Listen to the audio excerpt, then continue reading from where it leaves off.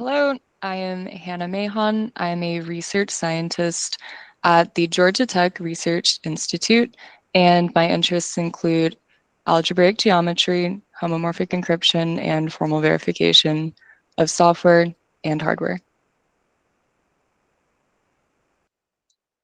Hi, my name is Shane Kosieradzki. I'm a cryptographic engineer at Cat Labs and also an FHE enthusiast. In my current role, I work to secure Bitcoin and other digital assets using fully homomorphic encryption.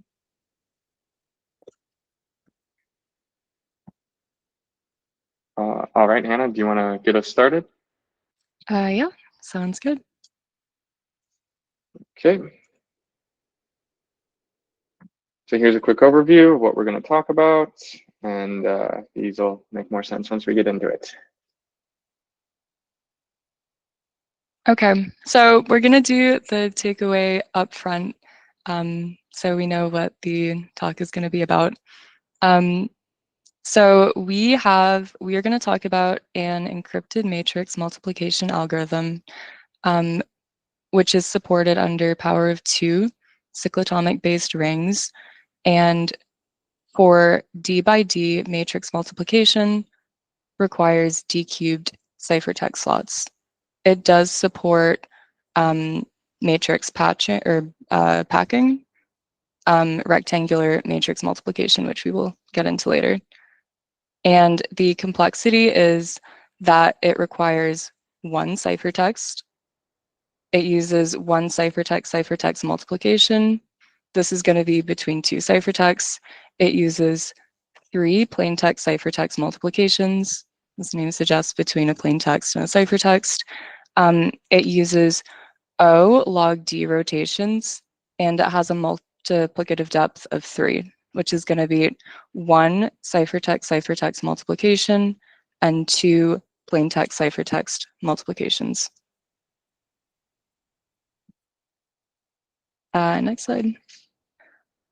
Yes, so we're also going to introduce a comparison. So we did this work back in 2024, and this is a table of the results that we built on. So these all work for the BGV and CKKS schemes for power of 2 cyclotomic rings with the standard operations of multiplication, rotation, addition. So for a D by D matrix multiplication, the naive method would use about D cubed ciphertext multiplications, which we will shorten to just saying mult. It does not use any plaintext ciphertext multiplications, which we'll shorten to CMult. And it has a depth of 1 multiplication since we're doing all of the multiplications at the same level. However, it also requires D squared ciphertext. So since then, Shea, Holovy, and Victor Shoup built on that. They designed an algorithm using this like interesting diagonal packing and rotations, which uses O of D multiplications, O of D rotations, and has a depth of 1. And here, the minimum dimension refers to the number of slots per ciphertext that are necessary. So here they bring that up to D, but they lower the number of ciphertexts to D as well. And then Jiang later on in 2018 developed a really good method that they demonstrated with neural nets. And this uses, again, D multiplication operations, O of D CMults, O of D rotations. It has a higher depth, but it brings the number of ciphertexts down to 1. So this is really useful for SIMD, which we'll talk about later. And then after that, Rizzo-Meliotis designed an algorithm that uses exactly 1 multiplication. So that's pretty strong, and they use O of D plaintext ciphertext multiplications, and they lower the depth to 2. Their minimum dimension is a little bit higher, but they reduce they also keep the number of ciphertexts at 1. So our work is building on this. We maintain the 1 single multiplication operation, and we reduce the CMUL to O of 1, or literally 3. And we reduce the rotations to log D. The depth is 1 mult plus 2 CMULT, and the minimum dimension is lowered to D cubed. And we also maintain the single ciphertext. So as a note, we've had some people talk with us recently, which has led to interesting discussions, and we'll talk about this at the end of the presentation. So thank you for everyone who has reached out.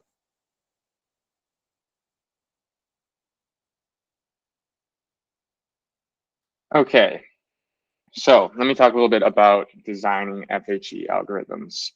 When we think about making an encrypted algorithm, we're not just simply taking classical algorithms and encrypting them. We're designing completely new approaches to solving the same problems. So what I mean by that is, like, we can't just take Strawson's method and then put it into FHE.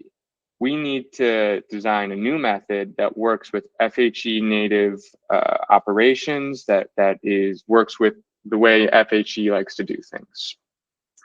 So a lot of the approaches I've seen or read about seem to take FHE ciphertexts, which are polynomials, and treat them as their own fundamental primitive type. That's probably the best way to think about designing these algorithms. Instead of thinking them as like complicated polynomials or other things, we should be thinking about them as their own primitives. So here's a couple. I also just want to go through a little bit about how FHE algorithm designs differ from classical designs. So in classical algorithms, I mean, we think of multiplication as being almost free. It's an easy thing to do. Not in FHE. We hate multiplication. We want to avoid it as much as possible. And the reason for that is it just takes a long time. So if we can not do as many multiplications, that's great.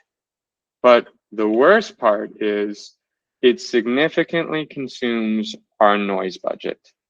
And I'm sure a lot of people in the call are familiar with the noise budget, but just so if there's anyone who isn't, ciphertexts have this notion of a noise budget. And as you do calculations on them, particularly multiplications, this noise budget gets consumed. And when the whole budget's consumed, the ciphertext is corrupt and you can't decrypt it anymore. So we want to avoid multiplications because we don't want to use up our noise. The second point is ciphertexts have all these slots in them. So we want to use all of them. We don't want to leave slots unused.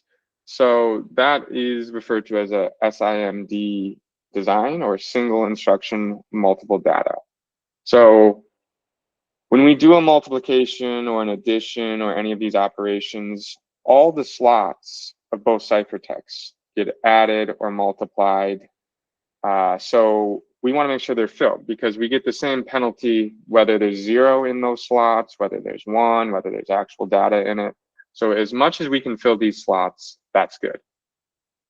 Because unused slots is wasted computation. We're gonna calculate the addition, and you do 0 plus 0 regardless. It's not meaningful, but you're still doing that work. So what this means is, when we're designing FHE algorithms, we want to pack our slots as much as possible so that we can get as much bang for our buck when it comes to each multiplication or addition that we do. So now let's get into the slot indexing.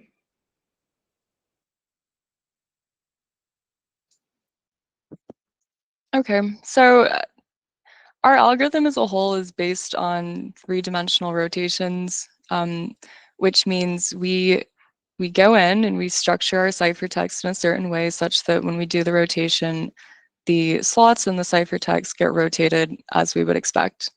So to do that, we have to kind of redefine where the slots are going to be and how they're going to be structured. So that's what the matrix encoding means. So just for like preliminary notation, let m be a 2 to the some power, and then we will have m over 2 slots in our ciphertext. So slots, due to the underlying math, are going to refer, or it can be matched to the mth primitive roots of unity. A primitive root of unity is going to be a solution to the mth cyclotomic polynomial, and the mth cyclotomic polynomial is it's like a way of saying if you have x to the m minus 1, it's going to be the largest polynomial with integer coefficients dividing that, such that it doesn't divide like x to the k minus 1 for some k less than m. So the most important note is there's an isomorphism between these slots, like these mth primitive roots of unity, and the elements of the multiplicative group mod m. Next slide.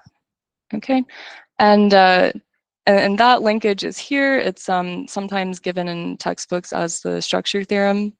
So this is what we use to design our ciphertext, and like this is what we use to structure our ciphertext as a hypercube or a three-dimensional tensor. So there is an isomorphism between the group of primitive mth roots of unity and the multiplicative group mod m. And further, there is an isomorphism with the additive group mod 2 times z mod m over 4. And the precise isomorphism is mapping 0, 1 to 3, which has order m over 4, and then 1, 0 to -1, which has order 2. So the reason this is useful is because it's much easier to work with additive elements than trying to think about like what 3 to the some large power mod m is going to be. So that's why this is important. Next slide. Okay, so yeah, this is getting into the details for how we built this. So for m, we need m to be larger or greater than or equal to 2 times d cubed, where we're assuming that we're going to be doing multiplication with a d by d matrix. So right, this makes sense because we have m over 2 slots. So what we're going to do is we're going to lay out how we take all of these slots and we build them into a d by m over 2d squared tensor. And you can sort of imagine it, or this is how we imagined it, is you have these d by d cubes, and then you stack them one on top of another. And then technically, since it's easier to think about things in 2 dimensions, you can take this hypercube and then flatten it into 2 dimensions by stretching each cube, so you have d by d squares stacked on top of each other for 1 cube, and so on. So you have like a large vertical tower. So this is all built by taking the identity element in the multiplicative group mod m, and we will position that at the top left of one of these squares, and then we will build out the height, so the number of squares, the width, and the length. And without getting too much into the details, like these are the elements that we can take with their respective ordering. And it'll become apparent later on why we chose these things. But they're chosen so that when we apply the operations, we get this rotation. So if you can imagine the three-dimensional tensor, you want to be able to rotate the squares. So like all of your cubes get rotated. You want to imagine that you can rotate your columns and that you can rotate your rows. such that things line up as they should. Next slide. Yeah, so for an explicit example, and this is sort of emphasizing why it's nicer to think about additive groups instead of multiplicative groups.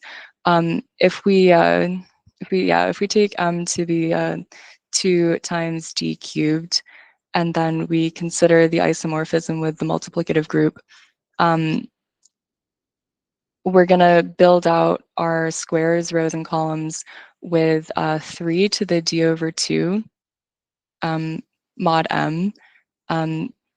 And this could be like a pretty large number if you're dealing with, like, say m equals 2 to the 32 or something.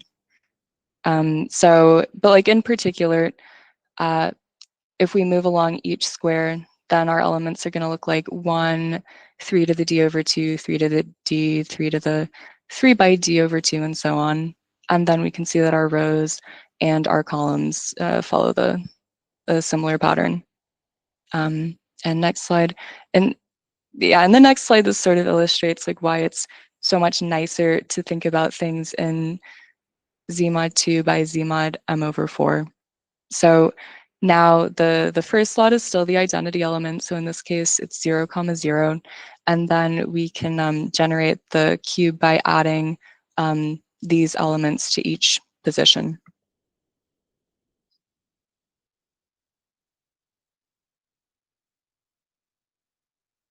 Okay, so this is like all of the underlying math that allows us to define the operations. And the first one is swap rows. This is going to, C is going to represent the ciphertext, I is going to represent the number of rows we're swapping, and this can be thought of as a permutation of the rows. So for each square, if we apply a swap rows call of C comma I, we are going to be permuting the rows I times. So like, for example, if I is 3, then row 1 would rotate down to row 4 and so on. And the idea is like the last row wraps around. So actually, this gets into an interesting property with the math. So the way our swap rows is defined is such that the last row does in fact wrap around to become the first row if we apply one operation, and all of the elements are preserved. So it means like the first element in the last row that gets wrapped around stays in that position and so on. This is interesting because when we define swap columns, because of the type of group that's formed with the mth primitive roots of unity, it's not possible to have a perfect swap calls function such that every column shifts precisely and maintains its form. So actually, I think what I'll talk about first is swap squares. So with swap squares, the squares do get swapped, but the last squares that have to wrap around are going to be perturbed slightly. And this is important to note for general use, but in our algorithm, we actually don't have any issues with it, because if we're swapping squares and the last one is filled with zeros, it doesn't matter if they're perturbed within the square, but that is important to note.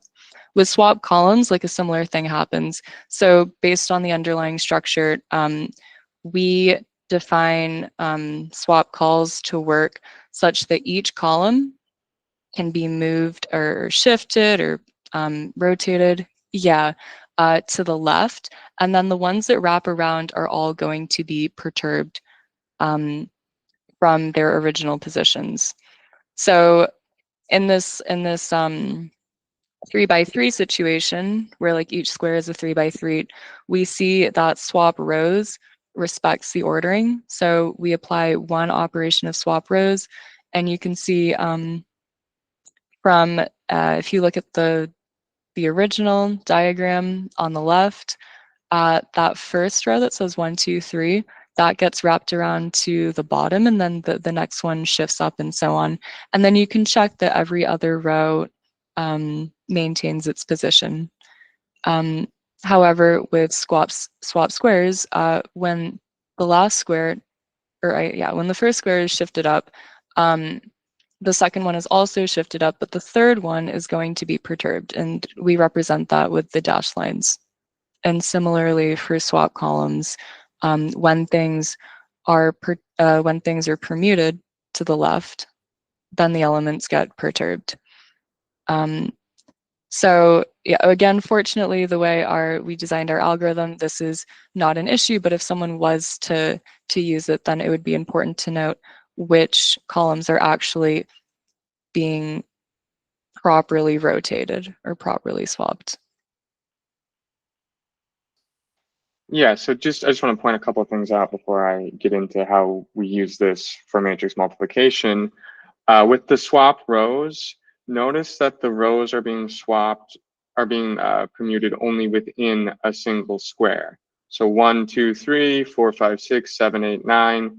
These 3 rows are getting permuted. And then you go up and these 3 rows are getting permuted. They wrap around within their own square respectively. Important, I just want to clarify that. And so for our algorithm, yes, swap rows works perfectly.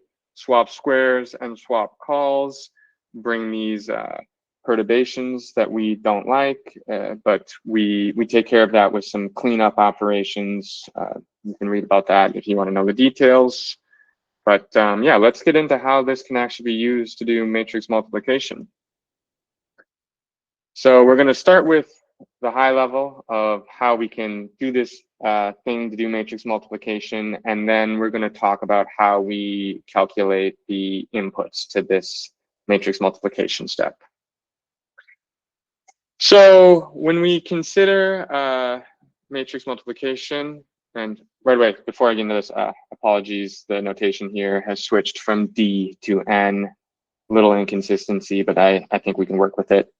But yeah, so when we have 2 n by n matrices, A and B, and we've got their product, matrix C equals AB, to calculate any element of this product matrix, we need to sum up a bunch of partial products. And I'm sure people are familiar with this, but I just want to draw attention to the form of this partial product, where the outer indices are the same as the indices we're trying to look up the output of. So Cij becomes Ai, summing all possible Ks, and then J. And for shorthand, we use this kind of mu notation where Ij is the final output index for this element, and the K is which partial product.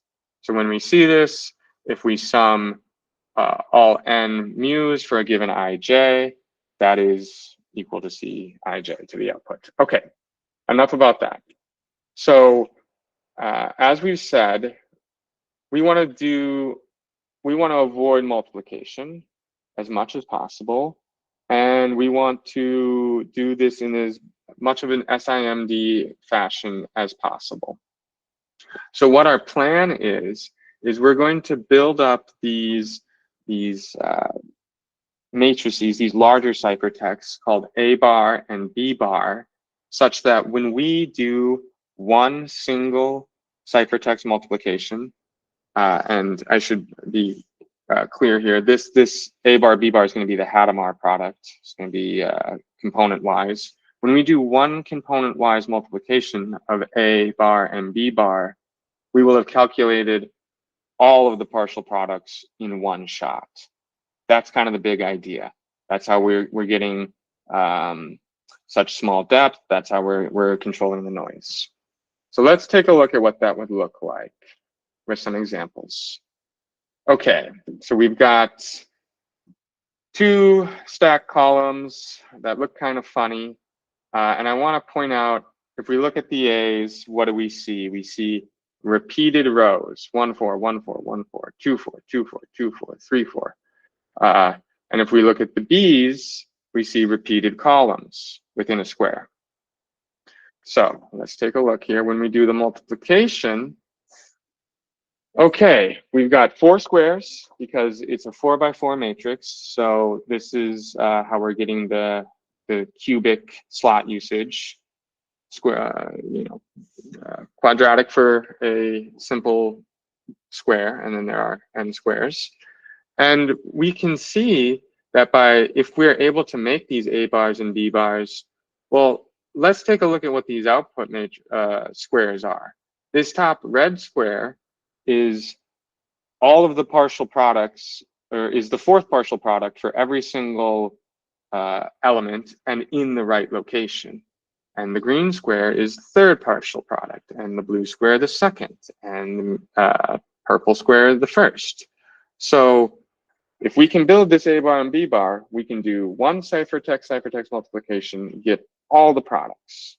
But now the question is, we got to collapse them and sum them together. So how are we going to do that?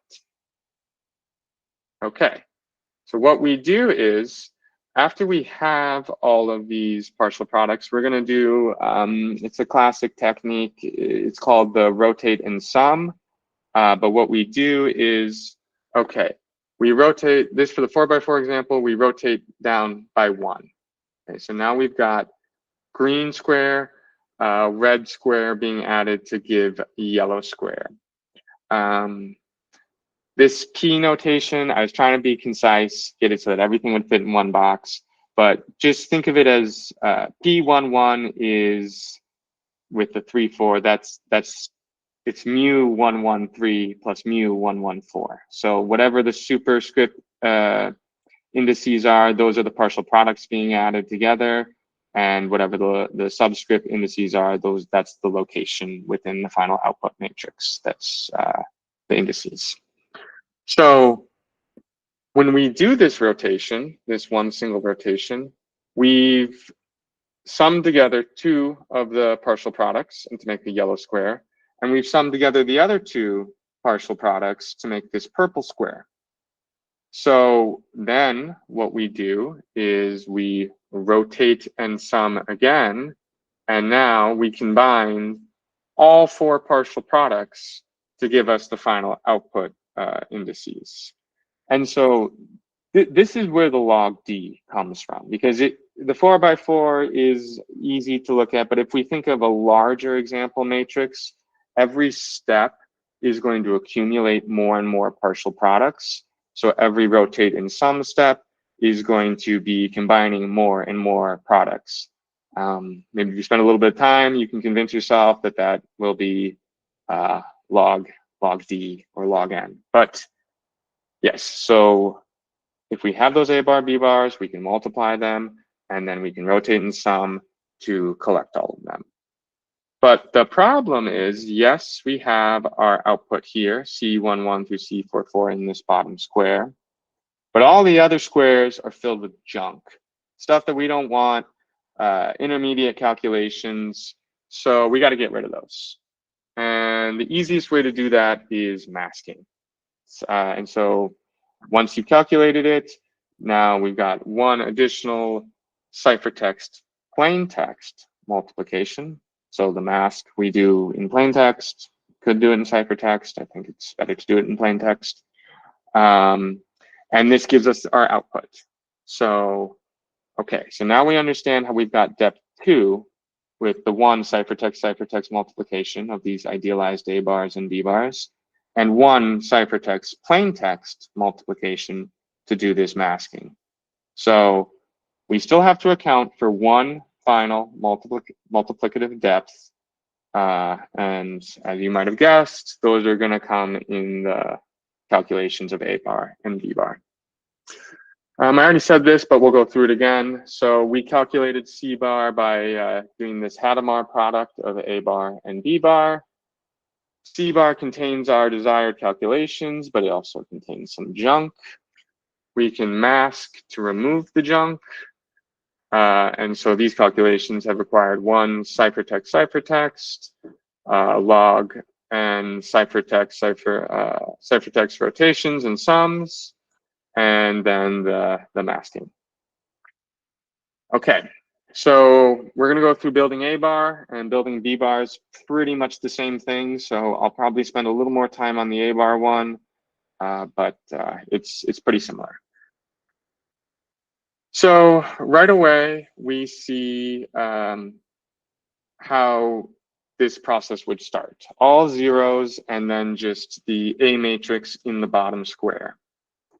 And if you remember, we're going to try to have these repeated rows for the A matrix, which means we need to build a column that we can repeat over time, a unique column.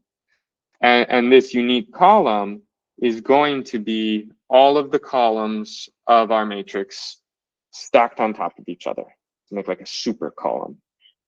So let's look at how we do this. What we do is if we start with this first one on the left, and we do a column swap to the left, followed by a square swap up, that will give you the what's the right hand argument to the addition.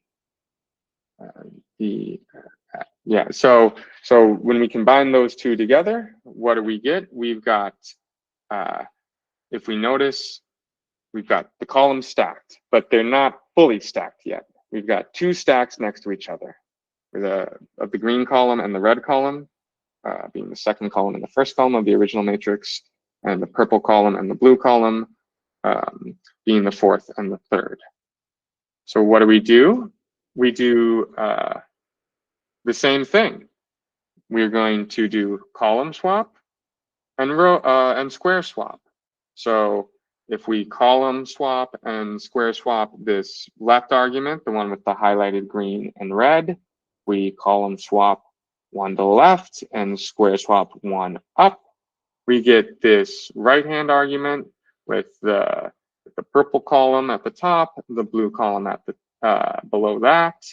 And when we add them together, we've got this nicely stacked super column that we can then later copy to get our repeated rows. But before we can do that, we got to clear out all the junk. So we're going to mask. So this is where our third multiplication comes from. This is where our ciphertext plaintext multiplication comes from. And this gives us our third depth. So once we mask, now we have this perfect super column. And now we need to rotate. We need to duplicate it across all the rows. And we've had this great log D complexity in building the columns. So we don't want to throw that away when we're duplicating it. So how do we duplicate it? I was jumping ahead of myself. I've got a slide here for just what I said. So we've built this super column. We've done we've constructed it with log 2n rotations and summations using this rotate and sum. And now we need to copy the stacked super column, but we don't want to give up this log 2n complexity. So what do we do to copy it? That's right, we use rotate and sum, our favorite method. It's got great complexity. So let's see what that looks like.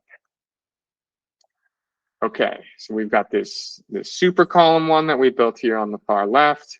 If we do a column swap to the right one and add, now we've got two of them, two super columns filled. And then we do a column swap again. And just like when we were building the super column, we can use that same technique to fill out the duplicates. And now we've got that desired A bar matrix with the repeated rows and everything lined up nicely. So now let's go through B bar. It's going to be pretty similar, a little more messy looking though. So we let's see, for A bar, we had repeated rows. So for B bar, we're going to want repeated columns. So to do that, we need to build rows. So let's take a look at how this looks here. So right away, we've got the four rows from the original matrix, and what we do is we row swap and square swap. So we row swap up, so everything wraps around, and we square swap up. And this gives us this output matrix here. Okay, oops, it's a duplicate there. So, yes, okay, so we get this output matrix, we duplicate, and looks like I skipped this slide. Anyway, so we kind of do the same process as we did before, rotate and go up until we have all of our squares exactly where we want them. And then we mask, and this gives us these rows exactly how we want them. And now we need to duplicate. And how do we duplicate? Okay, we're gonna go through this again. We've done it. We did the rotate and sum. We got to duplicate to the remaining rows. We're gonna use rotate and sum to do that. So we rotate down one, sum together, rotate down one, sum together, and that gives us our B bar. So it's the same complexity, same amount of multiplications, everything, and now we've got our B bar. So we've seen how to get our A bar, we've seen how to get our B bar, and we've seen that when we have both of them, you can do this cool thing to calculate all the partial products in one shot, and then we can sum them together using this nice rotate and sum. But let's talk about the trade-offs of this method. So it's fast, really fast, and it scales really nicely. That logarithmic scaling really kind of gives you that nice plateau-like complexity. But it uses n-cube slots during intermediate calculations. At the beginning and end of the calculations is as expected, only n-squared slots are used, but it does need n-cubed while it's doing its thing. So that can be a challenge. I mean, as you're sure, we get great complexity as we scale our dimension, but we might run out of slots because we've got a cubic slot usage. So this is potential future work. I haven't looked into it too much, so there might be some obvious holes in this, but the one idea we've bounced is perhaps you could do some sort of scheme switching or trans-ciphering, I think I've also heard it called, to a larger cipher space. And that was a space with more slots, and then you could do your calculation there, and then you could scheme switch back to where you were. That's, you know, something worth looking into. I'm not sure what if that would pan out or not, but it's something worth considering. Okay, and then finally, here, Hannah, I'll let you take this one. I think we've been talking with them more. Right. Before we get into similar methods, one last thing we'll mention is we did say that our method supports ciphertext packing. So this is when you this is like if you have smaller square rectangular matrices and you want to utilize more of your ciphertext slots, you can pack them in.